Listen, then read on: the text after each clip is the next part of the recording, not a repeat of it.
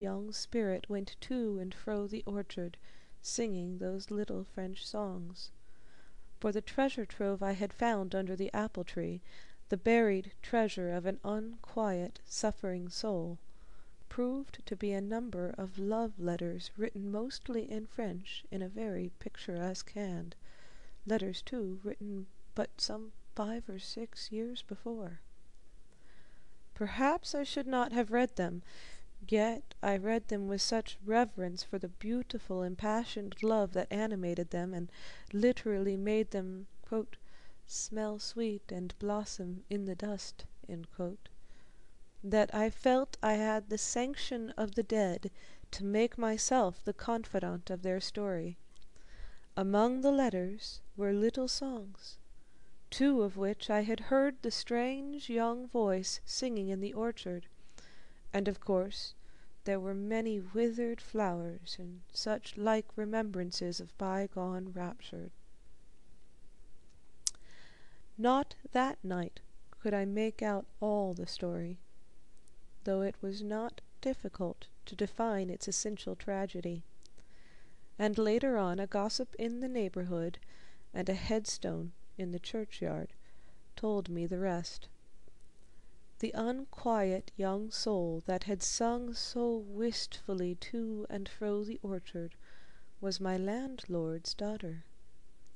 She was the only child of her parents, a beautiful, wilful girl, exotically unlike those from whom she was sprung, and among whom she lived with a disdainful air of exile. She was, as a child, a little creature of fairy fancies, and as she grew up it was plain to her father and mother that she had come from another world than theirs. To them she seemed like a child in an old fairy tale, strangely found on his hearth by some shepherd as he returns from the field at evening, a little fairy girl swaddled in fine linen, and dowered with a mysterious bag of gold. Soon she developed delicate spiritual needs, to which her simple parents were strangers. From long truancies in the woods she would come home laden with mysterious flowers, and soon she came to ask for books and pictures and music of which the poor souls that had given her birth had never heard. Finally she had her way and went to study at a certain fashionable college, and there the brief romance of her life began. There she met a romantic young Frenchman who had read Ronsard to her and written her those picturesque letters I had found in the old mahogany work-box. And after a while the young Frenchman had gone back to France, and the letters had ceased. Month by month went by, and at length, one day, as she sat wistful at the window, looking out at the foolish sunlit road, a message came. He was dead. That headstone in the village churchyard tells the rest.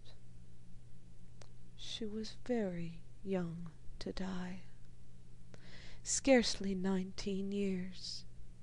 And the dead who have died young, with all their hopes and dreams still like unfolded buds within their hearts, do not rest so quietly in the grave as those who have gone through the long day from morning until evening, and are only too glad to sleep. End of The Haunted Orchard by Richard Le Gallienne.